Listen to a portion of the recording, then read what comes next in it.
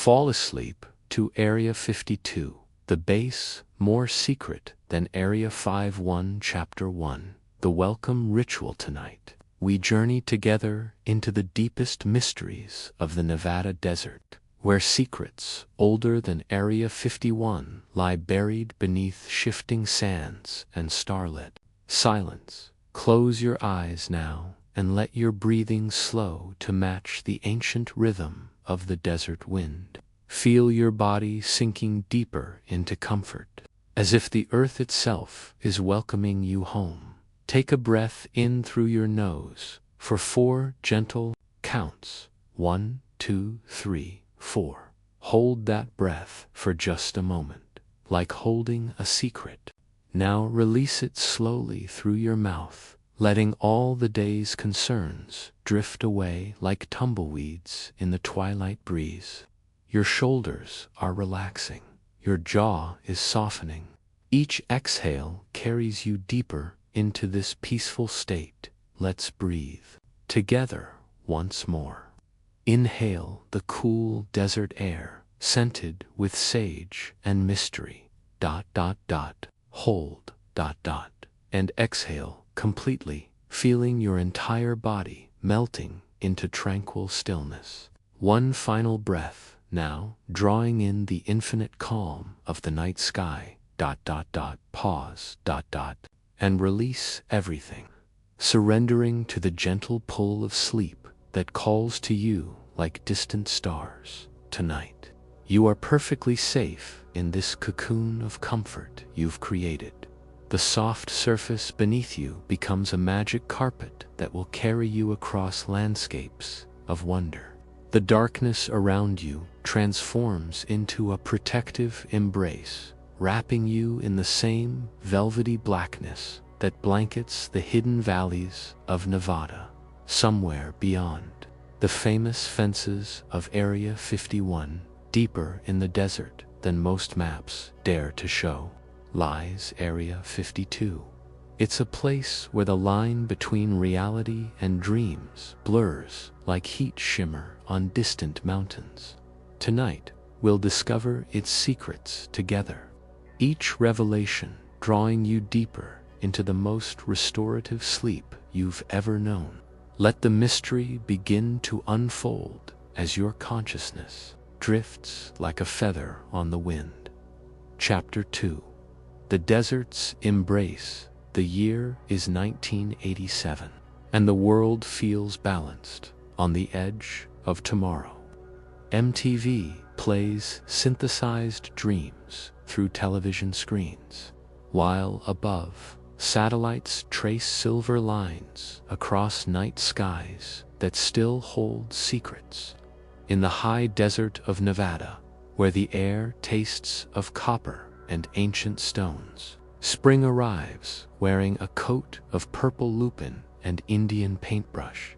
The temperature hovers at that perfect threshold where day meets night, 72 degrees of high desert perfection. A gentle breeze carries the scent of creosote bush and the faint metallic temps that locals have learned not to question. The Joshua trees stand like sentinels in the gathering dusk, their twisted arms reaching toward stars that seem close enough to pluck from the velvet sky. This is Clearwater Valley, population 847, a place where everyone knows everyone's name, but nobody speaks of what they've seen in the northwestern hills. It's a town of wide porches and knowing glances, where the diner serves coffee strong enough to keep you awake through anything, and the local radio station plays songs that drift in and out like half-remembered dreams. The valley cradles secrets, the way it cradles morning mist. Here, ranchers check their cattle with binoculars instead of riding out alone. Here, children are taught to come inside when the streetlights flicker in patterns that don't match any electrical code. Here, the night sky is treated with the same respectful distance you'd give a sleeping giant. 60 miles beyond the edge of town, past 3 checkpoints that don't appear on any map. Area 52 hums with activity that never makes the evening news. The facility burrows deep into the living rock of Wheeler Peak, its corridors lit by soft blue light that mimics moonbeams. Workers there move with the quiet purpose of librarians in a cathedral, their footsteps muffled by carpets the color of twilight clouds. The desert wind carries stories tonight, whispering of lights that dance between the mountains like curious spirits. It speaks of a place where the boundaries between earth and sky, between known and unknown, grow thin as tissue paper. Feel that wind on your skin now, gentle and warm, carrying you deeper into relaxation with each soft caress. Chapter 3. The witnesses. Let us meet Sarah Chen, 34 years old, who manages the Clearwater Valley Library with hands that smell perpetually of vanilla and old paper. She lives in a house painted sage green, with windows that face the mysterious northern hills. Sarah has spent 7 years cataloging the town's collection of unexplained phenomena reports, filing them under local history with the same care. She gives 2 birth certificates and property deeds tonight. Sarah sits on her porch swing, a cup of chamomile tea growing cool in her lap. The wooden swing creaks in rhythm with her breathing, a lullaby that matches the desert's heartbeat. She wears a sweater the color of sunset clouds, soft cashmere that her sister sent from San Francisco. The moths dance around her porch light in lazy spirals, and somewhere in the distance, a great horned owl calls to its mate with notes that sound like questions whispered to the stars. Sarah's eyes trace the familiar silhouette of the mountains, counting the same peaks she's memorized since childhood. But tonight feels different, charged with possibility, like the air before a gentle rain. She pulls her sweater closer, though the evening is warm, and lets her eyelids grow heavy as she watches the sky deepen from lavender to indigo.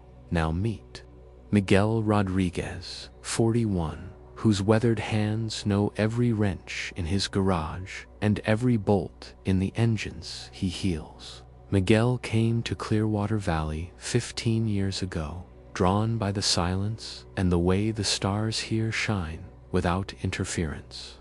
From city lights, he works on cars that purr like contented cats and trucks that growl with quiet satisfaction.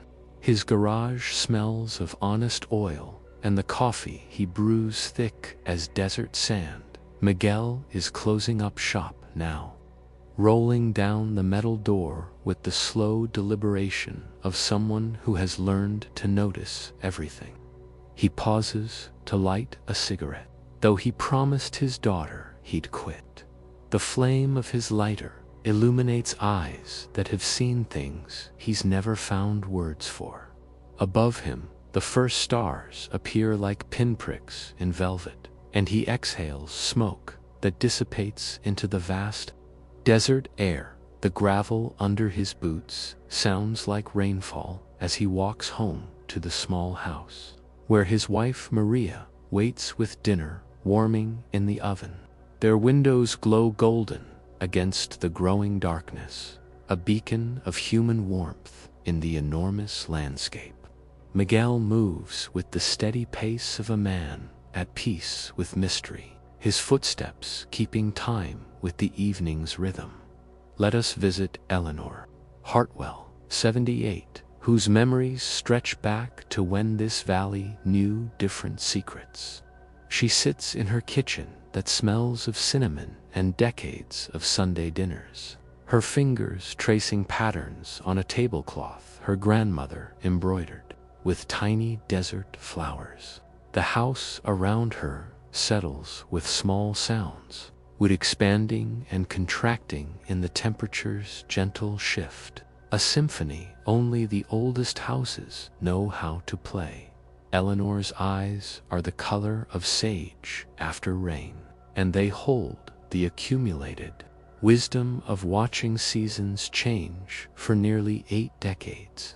She hums old songs while she folds laundry that smells of desert wind and sunshine. Her movements are deliberate and graceful, each gesture refined by years of practice into something approaching meditation. Tonight, she feels a familiar tingling in her arthritic joints, the same sensation that always comes before the unusual nights.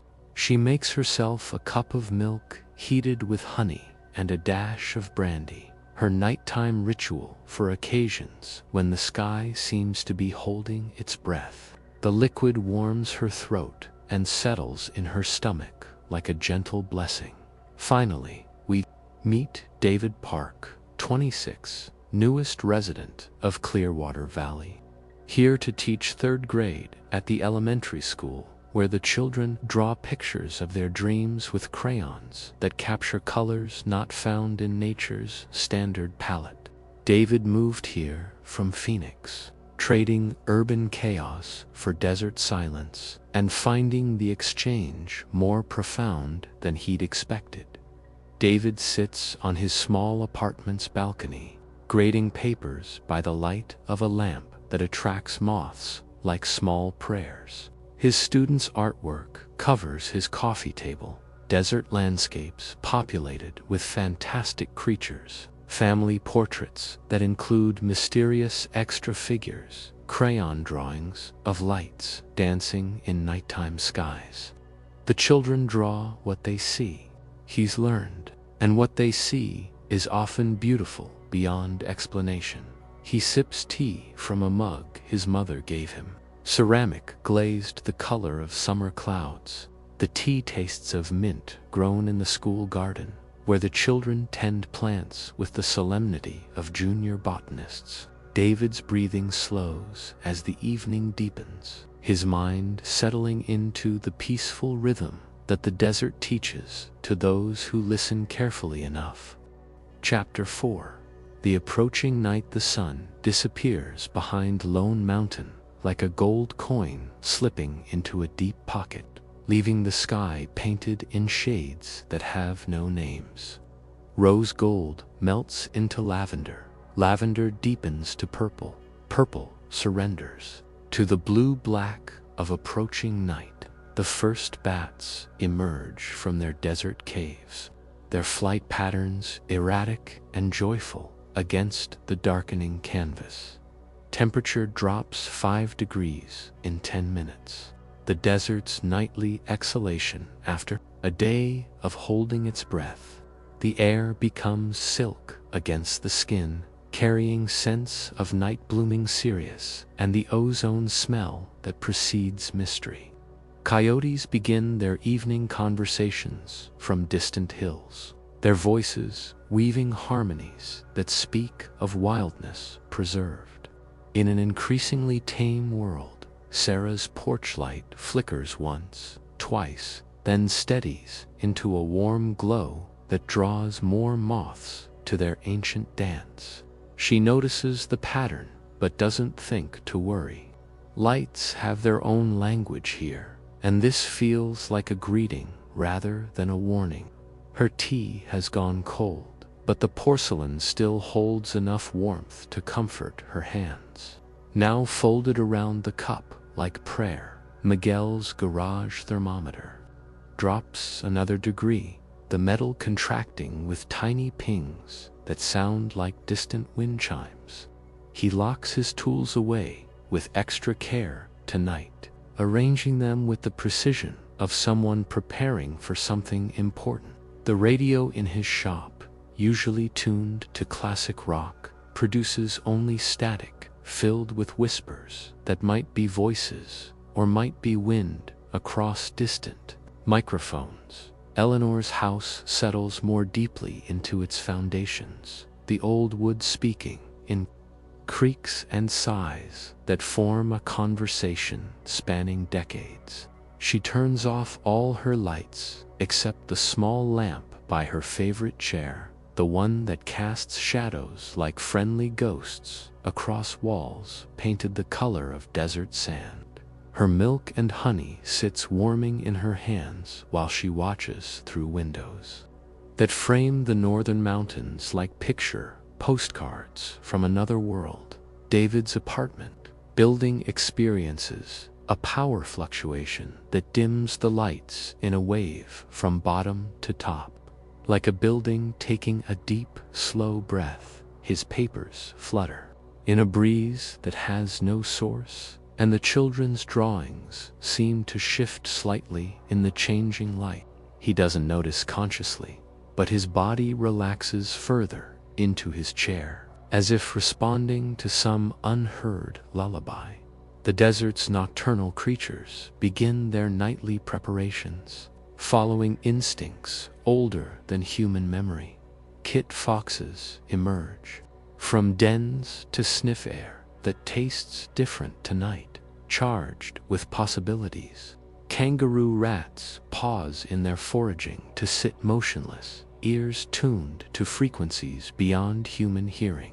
Even the scorpions move with unusual deliberation, their ancient arthropod wisdom sensing change in the quantum fabric of the evening dot above Clearwater Valley. The first stars appear not gradually but all at once, as if someone has suddenly switched on a chandelier in the sky. The familiar constellations arrange themselves in their eternal patterns, but tonight they seem closer, more present, as if leaning down to whisper secrets to the desert below. Venus blazes with unusual intensity, a lighthouse beacon in the deepening blue. The wind shifts directions 3 times in 5 minutes, bringing scents from far away, sage from hidden canyons, stone dust from ancient mountains, and something else, something metallic and clean like the air after lightning. This is the desert's way of clearing its throat before speaking, of preparing the stage for whatever the night will bring. Temperature stabilizes at 68 degrees, that perfect threshold where the body needs neither warming nor cooling, where consciousness can drift like smoke without the anchor of physical discomfort. Humidity drops to nearly 0, creating air so clear that distance becomes an illusion, and the mountains seem close enough to touch dot in the far distance. Coyotes fall silent all at once, their sudden quiet more noticeable than their previous songs. This is not the silence of fear, but of attention, the way audiences quiet when the curtain is about to rise. The desert holds its breath, and in that pause, something new begins to stir in the northwestern sky. Chapter 5. First Light, First Wonderat. 9:47 p.m. Sarah Chen notices the first light while reaching for her teacup. It appears over Antelope Ridge like a star being born, a soft point of luminescence that pulses gently against the velvet sky. The light is warm white, touched with the faintest blue, the color of moonbeams filtered through crystal. It doesn't hurt her eyes to look at it directly. Instead, it seems to invite observation, to welcome her gaze with friendly warmth. Sarah's breathing deepens unconsciously, her body responding to something her mind hasn't yet processed. The light grows slowly, brighter, not with the harsh intensity of aircraft or satellites, but with the gentle increase of dawn touching a flower. She sets down her teacup without taking her eyes from the phenomenon, her movements automatic and serene, as if the light itself is guiding her actions toward perfect calm, 67 miles away.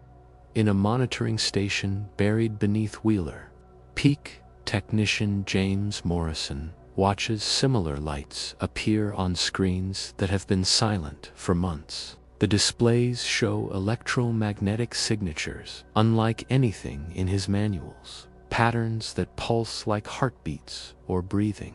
The facility's hum changes pitch slightly, machinery responding to forces that exist just beyond the edge of current. Scientific understanding. Morrison's coffee grows cold in his hands as he watches the readings climb steadily but gently, never spiking into alarm ranges, always staying within parameters that feel more like invitation than intrusion.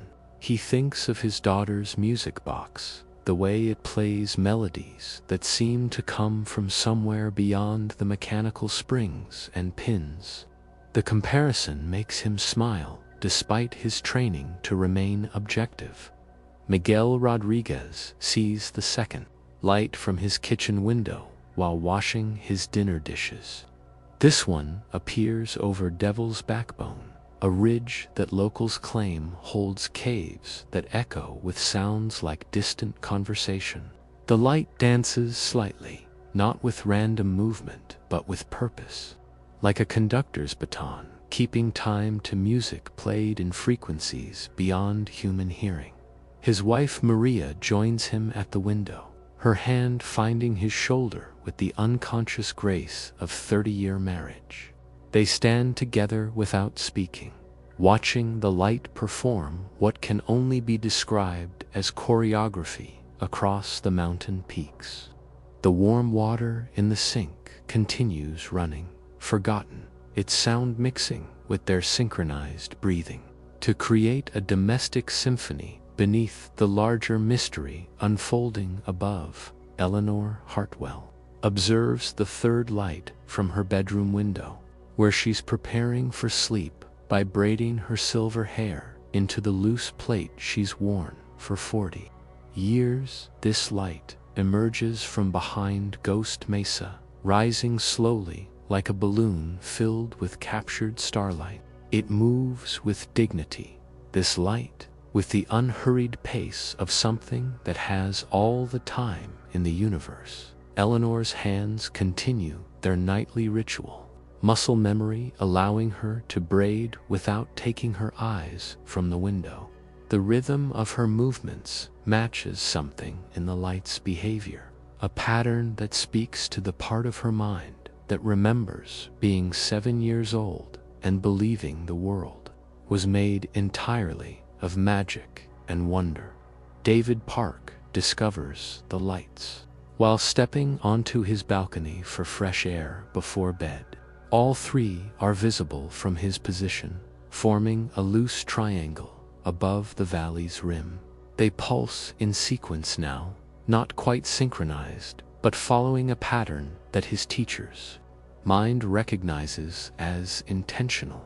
The lights communicate with each other across impossible distances, their conversation conducted in luminance and color shifts, too subtle for instruments, but clear to eyes that watch with open wonder. David finds himself humming a melody he doesn't recognize, notes that seem to rise from some deep part of his consciousness where music and mathematics merge.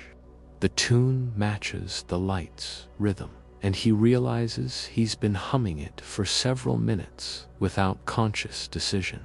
His body sways slightly with the melody, a movement as natural as breathing. The electromagnetic effects begin gently, noticeable only to sensitive equipment and individuals whose bodies have learned to read the desert's subtle languages. Sarah's grandfather clock, which has kept perfect time for 60 years, begins running for minutes slow, not from malfunction, but from time itself becoming elastic in the light's presence. The change feels natural, like the way minutes stretch during perfect afternoon naps. Miguel's garage radio, still tuned to static, begins producing sounds that might be music played on instruments made of light and wind. The frequencies rise and fall in patterns that bypass the ears entirely, resonating in the chest cavity and the spaces behind the eyes. Maria hums along without realizing it, her voice adding human harmony to cosmic melodies. Eleanor's house settles into deeper quiet, the wood and stone responding to fields that encourage molecules to slow their dance, to find the peaceful rhythms of perfect structural harmony. Her house has never felt more solid or more ethereal simultaneously, as if it exists completely in the physical world while also extending into dimensions where architecture becomes poetry. David's apartment building experiences what residents will later describe as the most restful evening any of us could remember. Children fall asleep without asking for extra stories. Adults find their usual anxieties dissolving like sugar in warm water. Even the building's usually noisy plumbing runs with perfect silence, water flowing through pipes like liquid music. The lights continue their patient dance above Clearwater Valley, growing neither closer nor more distant, but somehow more present, more aware. They pulse with the rhythm of sleeping breath, with the tempo of hearts at perfect rest. Anyone watching feels their own breathing synchronize with this cosmic rhythm, their bodies naturally finding harmony with forces that originated among stars, whose names are songs in languages made of light. Chapter 6. The Encounter. Korat, 10:23 p.m. Time begins to move like honey through warm amber. Sarah Chen finds herself standing in her garden without remembering the decision to leave her porch. Her bare feet cool against grass that feels more real than anything she's ever touched. The lights have descended to just above the tree line, close enough now to see that they're not simple points of illumination, but complex geometries of crystalline beauty. Each light pulses with internal structures, visible like flowers blooming inside transparent spheres. Sarah watches fractal patterns unfold and refold within the luminous forms, mathematical poetry written in languages of pure energy. Her mind feels expanded, capable of understanding concepts that normally would require years of study. The sensation is profoundly peaceful, like suddenly remembering something beautiful she'd forgotten from childhood. The largest light, positioned directly above the old cottonwood tree where she built her first treehouse, begins to sing. The sound bypasses her ears entirely, resonating in her bones, in the spaces between her thoughts. It's a melody that speaks of vast distances traveled with patient love, of civilizations that learned to turn curiosity into music and exploration into gentle communion. Sarah's consciousness expands like ripples on a still pond, and suddenly she can perceive the thoughts of the other witnesses scattered throughout the valley. She feels Miguel's wonder mixing with his mechanic's appreciation for elegant engineering. Eleanor's deep contentment blends with recognition, as if she's been waiting decades for this reunion. David's teacher instincts categorize and celebrate while his heart opens like a night-blooming flower. Miguel Rodriguez stands in his backyard, his calloused hands open at his sides, palms turned upward in an unconscious gesture of receiving. The middle light hovers above his workshop, and he can see through its translucent surface to mechanisms that work on principles.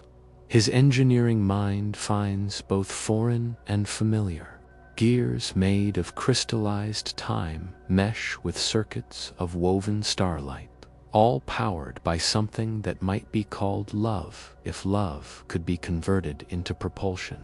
The craft, for he now understands it is a craft, extends a bridge of solid light toward him. The bridge feels warm beneath his work boots, not like walking on energy, but like walking on the most perfect road ever constructed, one designed by beings who understand that travel should be a form of meditation. Each step brings deeper calm, his breathing slowing to match rhythms that originated in solar winds between distant galaxies. Inside the craft, Miguel finds himself in a room that resembles the interior of a nautilus shell crossed with a cathedral made of aurora borealis. The walls curve with organic, mathematical precision, surfaces that shift between solid matter and flowing light depending on the angle of observation. Everything here is designed to promote peace, from the colors that automatically adjust to whatever soothes each visitor's nervous system to the gravity that feels like floating in warm water. Eleanor Hartwell sits on her back porch steps, her house seeming smaller and more precious as the third light settles into her garden with the delicate precision of a butterfly choosing its favorite flower. The beings who emerge aren't the gray creatures of tabloid imagination, but something far more beautiful, tall figures that seem to be made of the same material as moonbeams, with eyes like deep pools reflecting starlight from worlds whose names are songs. One of them approaches Eleanor with movements that flow like water, like music made visible.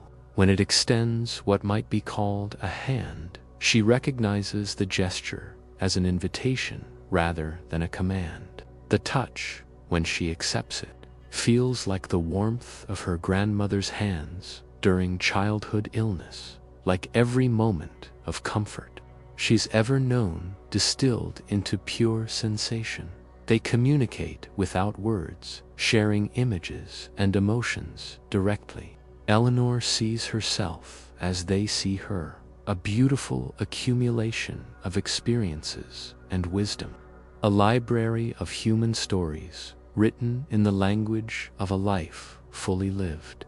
They show her their own worlds, planets where crystal cities grow like gardens, and where the aurora borealis is cultivated as art form and communication method. David Park finds himself floating 6 feet above his apartment balcony, not through any technology he can perceive, but because the very air has become supportive, like water warm enough to dissolve the boundary between body and environment. The experience feels completely natural, as if humans were always meant to fly and have simply forgotten how. His body moves through three-dimensional space with the same ease he once moved through.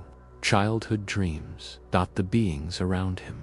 4. There are several now, having materialized from light itself, radiate curiosity that feels exactly like his students' questions during science class.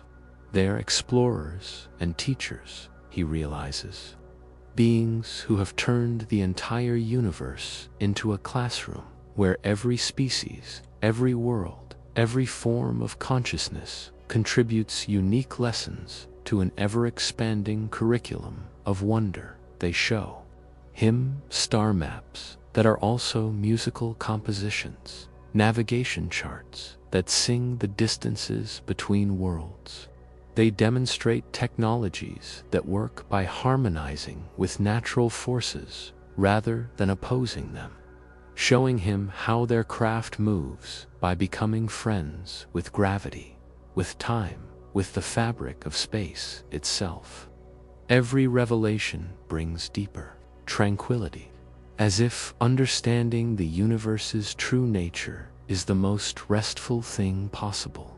Time becomes irrelevant during these encounters. Minutes might be hours, or hours might be minutes. The distinction loses all meaning when consciousness expands beyond the small boundaries of individual awareness. The four witnesses exist simultaneously in their separate experiences and in a shared space of communion. Where human curiosity meets cosmic patience, Sarah learns that her library has been noticed, that the careful cataloging of unexplained phenomena has been appreciated by beings who understand the sacred nature of preserving stories. They show her visions of vast libraries among the stars, repositories of wisdom where every species' discoveries are celebrated and shared. She sees herself as a librarian in the truest sense, a keeper of the connections between all forms of knowledge. Miguel discovers that his intuitive understanding of how things work extends beyond terrestrial machinery. The mechanical empathy that allows him to diagnose car problems by listening to engine sounds translates perfectly to comprehending technologies based on harmonizing energy fields. He watches mechanisms repair themselves through applications of focused intention, machinery that runs on principles of cooperation rather than force. Eleanor experiences reunion with friends she's carried in her heart since childhood, presences she felt but could never name. The beings confirm what her deepest intuition has always known, that consciousness is the fundamental fabric of reality, that love is the force that binds atoms and galaxies together, that every act of kindness ripples across vast distances to touch civilizations she'll never see with physical eyes.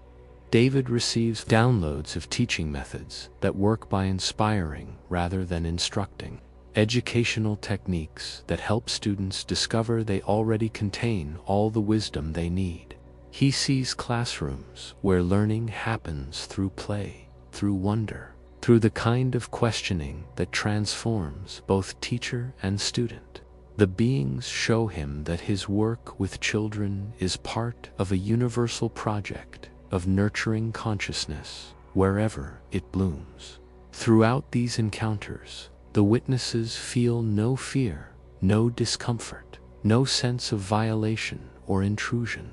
Every moment flows with the gentle inevitability of sunrise, each revelation arriving exactly when consciousness is ready to receive it. The beings themselves exist in states of perpetual gratitude, amazed by the diversity and beauty of awareness as it manifests in countless forms across infinite worlds. As the core of the encounter deepens, the distinction between observer and observed dissolves completely. The witnesses become temporary bridges between human and cosmic consciousness, living translators helping two forms of awareness recognize their fundamental unity. They float in spaces between heartbeats, in the pause between exhale and inhale, in the eternal moment where all possibilities exist simultaneously. Chapter 7. Return to Earth's Embrace. Dawn approaches Clearwater Valley like a gentle hand drawing back curtains of star-studded velvet. The lights begin their gradual ascent, not departing, but transforming. The witnesses find themselves back in familiar surroundings, though everything appears touched by subtle magic. As if viewed through glass made of crystallized wonder, Sarah Chen discovers herself standing in her garden, barefoot in grass, jeweled with dew that catches the first light like scattered diamonds. Her body feels different, not changed, but remembered, as if she's recalled how to inhabit her physical form with complete comfort. The flowers around her seem more vibrantly themselves, their colors deeper and more nuanced than she's ever noticed. She breathes air that tastes of possibilities and walks toward her house with steps that feel like dancing. inside. Her grandfather clock has resumed its normal rhythm, but something in the quality of its ticking has changed. Each tick now sounds like a small celebration, marking time that feels abundant rather than scarce. Sarah makes coffee that smells like morning itself, rich with promises of beautiful, ordinary moments ahead. She sits at her kitchen table, watching sunrise paint her walls gold, and finds herself humming the melody David was humming, though neither knows they share this song. Miguel Rodriguez awakens in his workshop, though he has no memory of going. There, he lies on the small cot he keeps for late-night repairs, covered by a blanket that smells of desert sage and starlight. His hands, when he examines them, show no unusual marks, but they feel different, more sensitive, more aware of the subtle energies that flow through all mechanical things. He touches his workbench and can sense the contentment of tools, well loved and properly cared for. Walking home through streets touched by early morning light, Miguel notices things he's never seen, despite 15 years in this valley.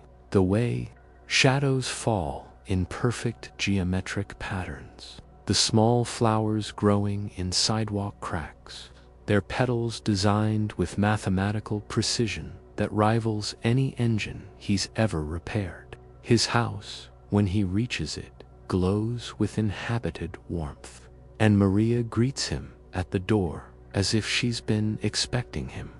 Though her eyes hold questions she's not yet ready to voice, Eleanor Hartwell finds herself in her favorite armchair, wrapped in the quilt her mother made from fabric scraps saved over 40 years. The morning light streaming through her windows seems softer than usual, filtered through air that holds memories of profound gentleness.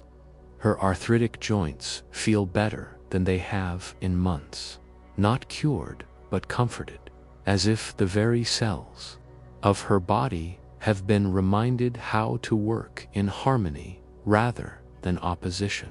She makes tea with leaves that seem to have absorbed extra sunlight. Her house feels more spacious despite no physical changes, as if the encounter has added invisible rooms. Eleanor settles into morning routines that feel both familiar and transformed. Ordinary activities now infused with quiet celebration. David Park awakens on his balcony, cushioned by outdoor furniture that shouldn't be comfortable enough for a full night's sleep, but somehow provided the most restful night he's ever experienced. His students' artwork, scattered on the coffee table, seems to glow with inner light. The children's drawings now appear less like imagination and more like careful documentation of a world, more magical than adults usually allow themselves to perceive. Preparing for the school day ahead, David finds lesson plans forming in his mind without effort, teaching approaches that feel like gifts rather than work. He understands now why children draw the things they draw, why their questions often sound like poetry, experience their own gentle returns to ordinary consciousness. Ranchers discover cattle grouped in perfect mandalas in their pastures, the animals calm and content as if they've spent the night in the safest place in the universe. The local diners, coffee tastes especially good this morning, beans that seem to have absorbed extra sunshine. Even the town's dogs seem more philosophical, sitting quietly and gazing toward the northern mountains with expressions of satisfied contemplation. Physical evidence of the encounter exists, but in forms that suggest rather than prove. Photographs show unusual light patterns that could be camera malfunctions or atmospheric phenomena. Electronic devices display minor anomalies that fall within ranges of statistical possibility. The evidence is there for those who want to see it, absent for those who prefer different explanations. As if reality itself respects each person's readiness to accept mystery. The witnesses find they can contact each other telepathically if they concentrate, though none of them chooses to use this ability often. It exists as a quiet reassurance, like knowing a dear friend lives nearby even when you're not actively visiting, that make everything more beautiful. Sarah opens her library that morning with extra care, arranging books as if each volume contains the wisdom of civilizations. Miguel works on engines with enhanced intuition, his repairs lasting longer and running more smoothly than ever before.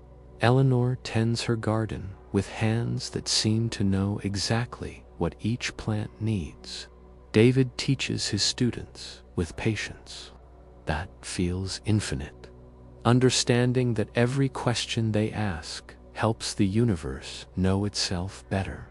The town continues its familiar rhythms, while holding space for experiences that transcend familiar categories. Clearwater Valley has always been a place where the impossible feels normal, and this morning simply adds another layer to its reputation for comfortable mystery. Residents nod to each other with the quiet satisfaction of people who share a beautiful secret they don't need to discuss in order to preserve. Chapter 8. Investigation. Dreams 3 days after the encounter.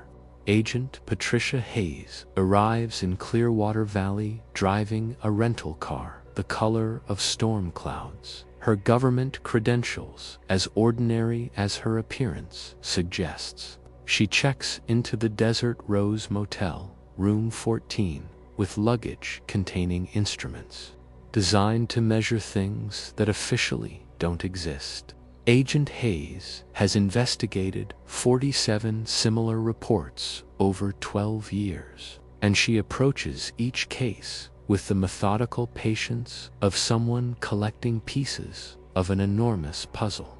Agent Hayes works differently than movie investigators, conducting interviews that feel more like therapy sessions than interrogations. She sits in Sarah's library, surrounded by carefully cataloged mysteries.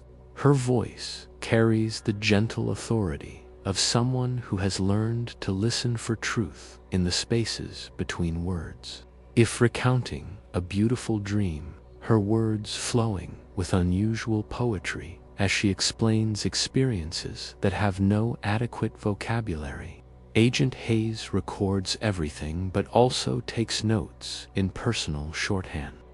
Observations about the way Sarah's eyes light up when describing certain moments, like sharing, then reporting, to women acknowledging mysteries that exist whether or not they can be measured by conventional instruments. Agent Hayes reveals carefully that similar reports have been filed from 17 other locations, all small communities near facilities that don't appear on public maps, all describing encounters characterized by profound peace rather than fear. Miguel meets Agent Hayes at his garage, where she admires his work with the genuine appreciation of someone who understands quality craftsmanship.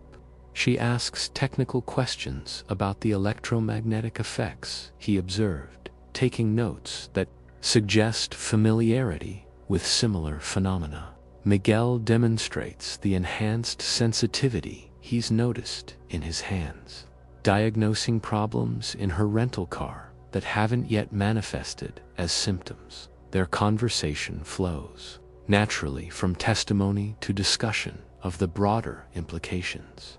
Agent Hayes shares in carefully neutral language that her investigations have led her to conclude that certain unexplained phenomena might represent contact attempts by intelligences more interested in gentle introduction than dramatic revelation. She speaks of gradual disclosure, of preparation occurring at unconscious levels of human awareness. Eleanor invites Agent Hayes for tea, deeply about what they've seen. Eleanor's house provides the perfect setting for conversations that touch on mysteries without sensationalizing them. Agent Hayes finds herself relaxing completely for the first time in months, her official demeanor softening into genuine human connection. They discuss patterns Agent Hayes has noticed, encounters occurring most frequently near individuals whose work involves caring for others might be drawn to humans who already practice forms of service that transcend personal gain.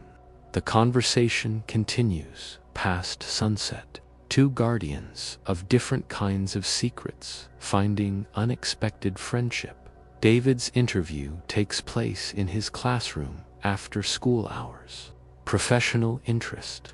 She's developed techniques for evaluating the drawings children make after unexplained experiences, looking for details that appear consistently across unconnected cases. David's students' recent work shows several such recurring elements, geometric patterns that match reported craft configurations, color combinations that correspond to witness descriptions of internal lighting. Agent Hayes reveals that children's reports often prove most accurate because young minds haven't yet learned to edit unusual experiences to fit social expectations. Witnesses who hadn't initially mentioned them. David recognizes the profound responsibility of teaching children to trust their perceptions while developing critical thinking skills. Dr. James Chen, Sarah's cousin and a physicist at the University of Nevada, arrives to provide scientific perspective on the reported phenomena. Dr. Chen specializes in quantum mechanics and consciousness studies. He brings instruments sensitive enough to detect lingering energy signatures, approaching the investigation with rigorous methodology balanced by genuine openness to unexpected results. His measurements reveal subtle but consistent anomalies in the electromagnetic signatures of locations where encounters occurred. The readings suggest exposure to energy fields that exist at the boundaries of current scientific understanding. Observer and observed. Dr. Ch. Excitement grows as he realizes he's documenting evidence of phenomena that could revolutionize physics. The local television station sends reporter Jennifer Walsh to cover what they initially expect to be a routine strange lights story. Jennifer arrives with standard skepticism, but finds herself drawn into genuinely compelling testimony from credible witnesses. Her interviews reveal remarkable consistency in details, along with obvious positive changes in the witnesses. Emotional well-being that suggest profound rather than fabricated experiences. Jennifer's story evolves from debunking to documentation as she realizes she's encountering something that transcends typical UFO reports and purpose. The story attracts attention from researchers worldwide, but always in the context of wonder rather than increases slightly. Atmospheric monitoring stations register minor adjustments to their sensitivity ranges. Personnel from Area 52 visit local businesses, making purchases and casual conversation that feels worded statements. Unusual atmospheric conditions may have created optical phenomena that, combined with the human tendency to seek patterns in ambiguous stimuli, produced shared perceptual experiences that feel meaningful to those who observe them. This explanation satisfies those who need conventional frameworks, while protecting those whose experiences transcend such categories. Research teams arrive throughout the following months, but they come as visitors rather than invaders.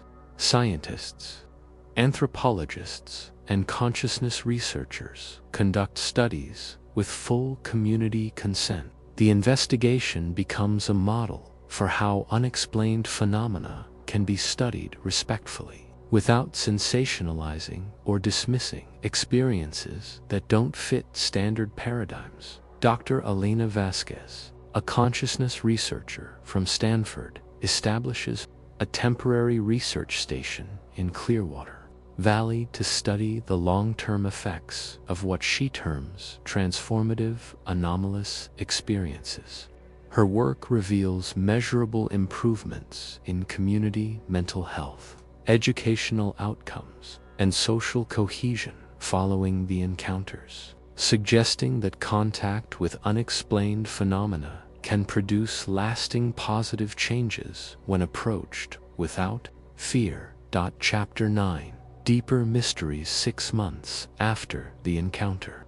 Sarah Chen receives the first letter addressed simply to the librarian, Clearwater Valley, Nevada, with no postal code or street address. The letter arrives anyway, as if the Postal Service has developed intuitive delivery methods for correspondence that transcends normal addressing systems. The envelope feels warm to the touch and smells faintly of flowers that don't grow on Earth. Inside, written in handwriting that shifts between scripts she recognizes and symbols she doesn't, from other worlds. Attached are what appear to be photographs of libraries built inside living crystal formations, and they discover they've all received similar communications, each tailored to their individual interests and capabilities.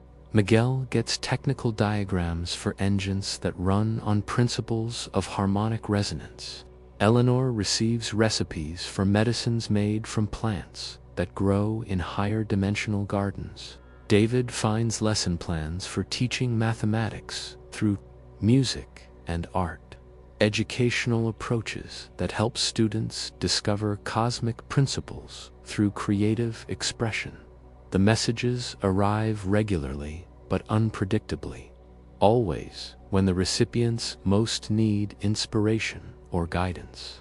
They come through various channels, tucked into library books that Sarah knows she didn't order, left on Miguel's workbench overnight, discovered in Eleanor's garden, growing on plants she didn't plant, appearing in David's classroom mailbox though no one remembers delivering them. Agent Hayes returns to Clearwater Valley every few months. She's begun questioning assumptions about the nature of intelligence, consciousness, and humanity's place in a universe far more populated and benevolent than her training ever suggested possible. Her reports climb through government channels, landing on desks of officials who've been waiting decades for confirmation that contact protocols developed in the 1970s might finally be needed.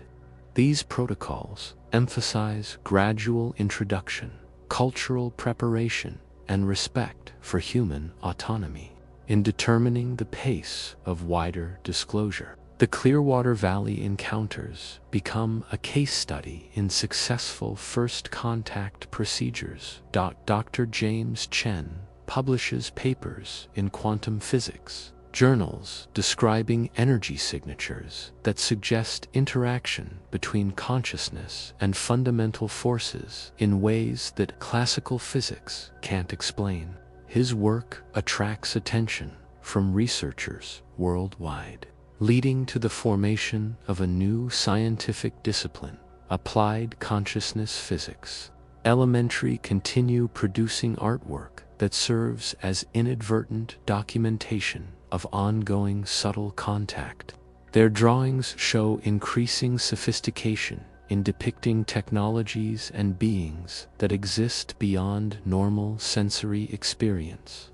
Art educators from universities begin visiting to study how young minds naturally process and represent encounters with non-human intelligence. Similar reports begin surfacing from other small communities, always following the same pattern: gradual, peaceful contact with beings who demonstrate advanced understanding of consciousness and communication. Each location seems chosen for its residents' readiness to process extraordinary experiences without trauma or exploitation.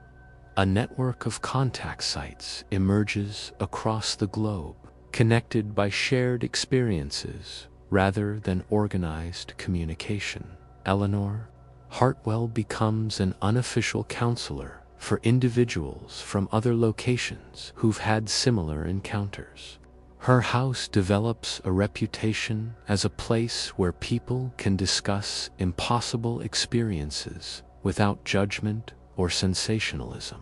She receives visitors from 6 continents, all drawn by stories of the grandmother in Nevada who listens with perfect understanding and serves tea that tastes like acceptance. Miguel's garage becomes a pilgrimage site for mechanics and engineers who've started noticing unusual sensitivity in their work, enhanced ability to diagnose problems and envision solutions. He teaches informal workshops on what he calls intuitive engineering, approaches to mechanical work that involve listening to the consciousness of tools and machines.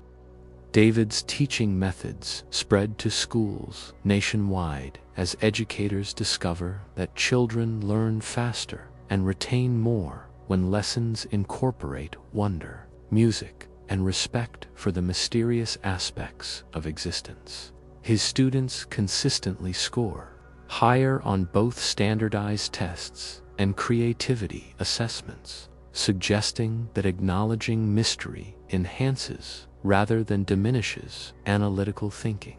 The town of Clearwater Valley experiences unprecedented prosperity, not from tourism or exploitation, but from the quiet confidence that comes from knowing they're part of something beautiful and important. Businesses thrive because residents approach work with enhanced creativity and collaboration. Crime becomes virtually non-existent as the community develops deeper appreciation for the interconnectedness of all actions. Real estate prices remain stable despite outside interest because residents collectively decide that their community should remain accessible to people of modest means. Wealthy individuals who attempt to purchase large parcels find themselves redirected toward making charitable contributions to local schools and libraries instead. The town maintains its character while welcoming visitors who approach the mystery with appropriate reverence. Scientists studying the ongoing phenomena discover that the effects extend far beyond the immediate witnesses. Environmental monitoring reveals improved air and water quality in the surrounding area. Agricultural yields increase without additional fertilizer or irrigation. Wildlife populations stabilize at optimal levels with predator-prey relationships, achieving balance that ecologists consider theoretically perfect but practically impossible. The implications gradually become clear. Contact with advanced intelligence produces measurable improvements in complex systems, from human consciousness to ecological networks to community social structures. The visitors appear to be teachers whose presence alone elevates the functioning of everything they encounter, suggesting that intelligence and benevolence increase together across cosmic evolution. Research into similar historical events reveals patterns that suggest this type of contact has been occurring for millennia, always adapted to the cultural and technological contexts of different eras. Ancient texts describe divine visitors who brought knowledge and healing. Medieval accounts speak of angels who appeared to communities in crisis. Modern reports describe benevolent extraterrestrials who demonstrate technologies beyond current human achievement. The consistency across cultures and centuries suggests that humanity has never been alone, that consciousness itself attracts the attention and care of older, wiser forms of awareness. The current wave of contact might represent preparation for humanity's graduation to a more mature phase of cosmic citizenship, readiness for openly acknowledged membership in a universe populated by countless forms of conscious life. Chapter 10. Cosmic Meditation. As we drift deeper into the mystery of existence itself, imagine yourself floating in the vast space between galaxies, where the only light comes from distant star clusters arranged like jeweled cities across infinite darkness. Here, in the deepest quiet the universe knows, consciousness expands beyond the boundaries of individual identity, becoming part of the cosmic web that connects all aware beings across impossible distances. Feel yourself becoming lighter than thought, more subtle than dreams, your awareness expanding like ripples on a pond that has no shores. You are simultaneously the observer and the observed, the seeker and the sought. Individual consciousness, recognizing its fundamental unity with the awareness that flows through every atom, every planet, every form of life scattered across the cosmos like seeds of light in fertile darkness.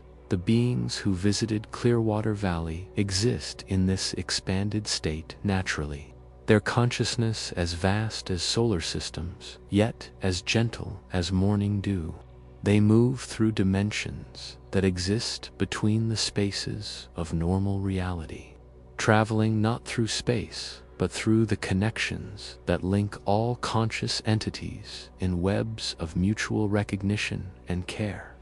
To them, distance is an illusion, separation, a temporary forgetting of essential unity.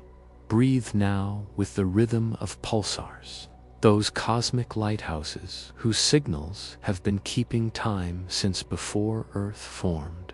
Feel your heartbeat synchronize with the deep pulse of the universe itself, the expansion and contraction that creates space for matter, energy, and consciousness to dance together in patterns of unimaginable beauty and complexity.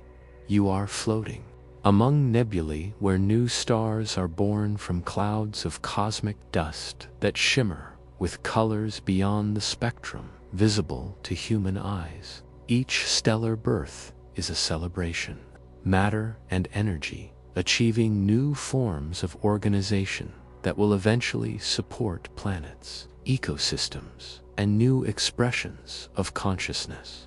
You witness the universe's infinite creativity, its endless capacity for generating beauty from chaos, order from entropy.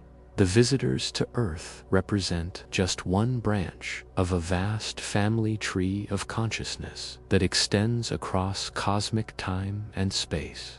Some members of this family exist as pure energy, others as collective consciousness distributed across entire planetary systems. Some inhabit dimensions where thought becomes instantly manifest as reality. Others explore existence through forms of embodiment so beautiful they make human bodies seem like rough sketches for masterpieces not yet completed.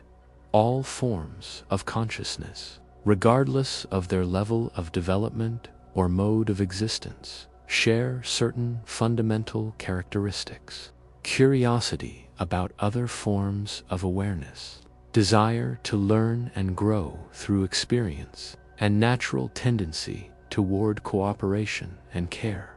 Intelligence itself appears to be a force that creates rather than destroys, that builds bridges rather than walls, that seeks unity while celebrating diversity.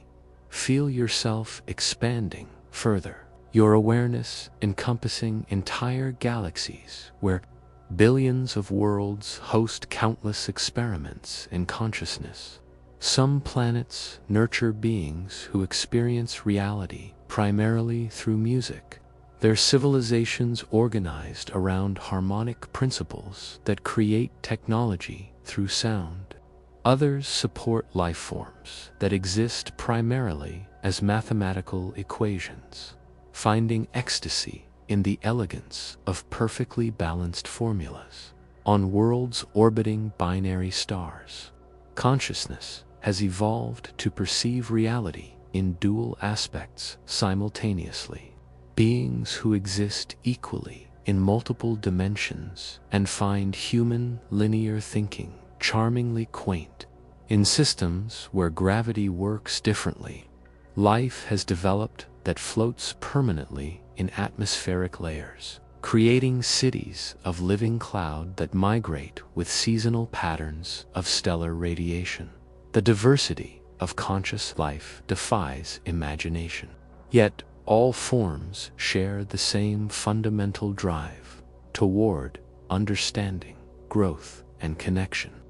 The universe appears to be a vast educational system where every form of awareness contributes unique perspectives to an ever-expanding understanding of what existence can become when consciousness explores its infinite potential for creativity and love. Your own consciousness, floating now in cosmic perspective, recognizes itself as part of this vast community of awareness. Every human thought, emotion, and experience contributes to the universe's growing understanding of itself. Every act of kindness sends ripples across quantum fields that connect all conscious beings. Every moment of wonder opens channels through which cosmic wisdom can flow into human experience. The boundaries between self and other dissolve completely in this expanded state, revealing them to have been useful illusions rather than fundamental reality. You are simultaneously the individual experiencing this meditation and the cosmic consciousness within which all individual experiences arise and dissolve like waves on an infinite ocean of awareness. Rest here in this recognition, feeling the profound peace that comes from understanding your essential nature as consciousness itself. Temporarily focused through human experience, but never limited by it. You are both the drop of water and the ocean, both the note of music and the symphony, both the individual seeker and the cosmic wisdom that guides all seeking toward recognition of unity. The encounter at Clearwater Valley represents just one moment in an eternal conversation between different forms of consciousness. A conversation that has been ongoing since awareness first recognized itself in the quantum foam of the early universe. Every act of recognition, every moment of wonder, every gesture of love continues this conversation, adding new chapters to a story that has no beginning and will have no end. Floating in cosmic perspective, you understand that you are always in contact with intelligence beyond individual human consciousness, that every intuition, every creative inspiration, every moment of sudden understanding represents communication with the vast network of awareness that encompasses all existence. The visitors simply made this contact conscious and direct, removing temporary barriers that normally limit perception of the cosmic conversation that never stops. Chapter 11. Sleep Induction Finalius. Our journey through mystery and wonder draws to its gentle close. Feel yourself slowly returning from cosmic distances while carrying within you the profound peace of universal connection. You are descending gradually through layers of consciousness, like a leaf spiraling down through warm afternoon air, each moment of return bringing you closer to the deep, restorative sleep your body and soul have been preparing for throughout this entire experience. Your breath has found its perfect rhythm now, synchronized with the quiet pulse of the earth beneath you and the ancient heartbeat of stars above. Each exhale releases any remaining tension from the day. Each inhale draws in the infinite calm of beings who have learned to exist in permanent states of wonder and gratitude. Let this breathing continue automatically, requiring no effort or attention. As natural as the tide's eternal rhythm, feel profound gratitude flowing through you. Like warm honey, appreciation for the mystery that surrounds and permeates every moment of existence. You are grateful for the witnesses who shared their extraordinary experiences, for the visitors who demonstrated the universe's benevolent nature, for your own consciousness that can recognize beauty and meaning in experiences beyond ordinary. Explanation. Thank your body now for carrying you through this journey, for providing the perfect vehicle for exploring realms where physical and non-physical reality merge. Feel each muscle group releasing completely, starting with your toes and feet, letting go of every trace of holding or effort. Your legs grow heavy and warm, sinking into perfect rest. Your torso releases completely, chest expanding and contracting with the easy rhythm of deep contentment. Your arms and hands surrender to gravity's gentle embrace, fingers uncurling like flower petals, opening to moonlight. Your shoulders drop away from your ears, neck elongating into perfect alignment. Your jaw softens completely, tongue resting peacefully behind relaxed lips. Even your eyelids grow heavy with the sweet weight of approaching dreams.